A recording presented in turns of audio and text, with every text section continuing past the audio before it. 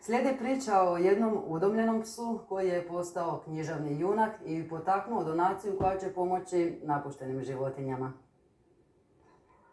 Križevački pisac Josip Petrlić-Pjer u čakovečko sklonište za životinje prijatelji stigao ruku punih knjiga.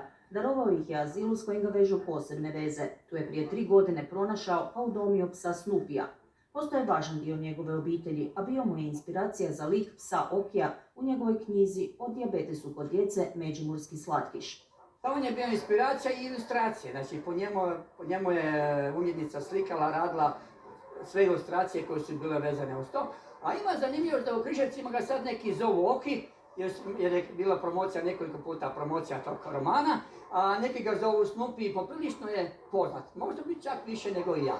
Snupi je danas propustio posjet skloništu iz kojega je udomljen. On je se trenutačno brinuo oko 460 pasa i znaju kako će iskoristiti donaciju.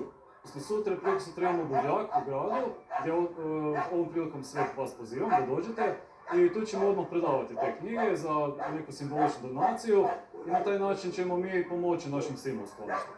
Trenutačno su im najpotrebniji slama i drva za ogrjev, pa pozivaju ljude dobre volje da im pomognu. Mogu nas kontaktirati preko Facebook stranice, mogu nas naći na našoj web stranici. Imamo i program kumstva gdje se mogu prijaviti, mogu biti kum nekom našem korisniku.